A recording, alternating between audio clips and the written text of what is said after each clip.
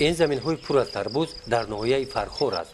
تربوز فرخور در ماه ایون در قطار ناحیه‌های منطقه خرغنتپه بازارهای شهر و ناحیه‌های جمهوری را با محصولات تر و تازه پر کرده است. همه روز از این زمین‌ها ماشین‌ها پر از تربوز برآمده می‌روند و همان قدر تربوز جمع‌آوری کرده می‌شود.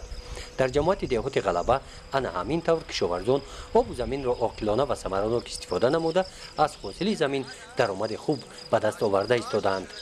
در قلمرو جماعت دهات غلبه ما 302 هکتار پلوزی گذراندگیم. ایام صبح 80% تربوزه و 20% خربوزه و هندله می باشد. اینا علاقه زیر پلانکابادگی را همش فروش بردیم. خلق کلوب خوالین امیار تامین کردیم. کشت دیمبورا باشد 44 هکتار بود کردیم.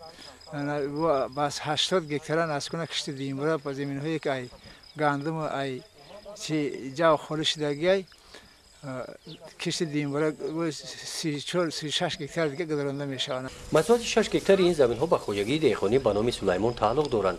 با کشت محصولات پوليزی خوجگی 10 سال باز مشغول می باشد. در این مدت قاعده های اگرتکنیکی پرورش محصولات پوليزی را خوب از خود نمودند. زیاده از 10 سال شد که ما با تربوز با پلوسکاری مشغول هستیم.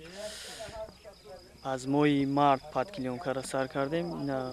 اکنون این شب روز ما با بازار و با هر جا بار میکنیم، روان میکنیم. حاصلناکی بعد نیست سوزای خیلی شگر ما روزی هستیم از همین قدر. مهنت خوب کنیم حاصل خوب میگیریم. حاضرش در یک 5-6 نفر خیلی کارگر بسیار شد، یک در 15 نفر میگیریم میوریم. هر قشلاق آدم کار میکنه. در زمین‌های ناحیه فرخور در برابر تربوز، خربوزه و هندله خوب میروید. هندله پخته رسیده است، برابر تربوز سودایش گرم است.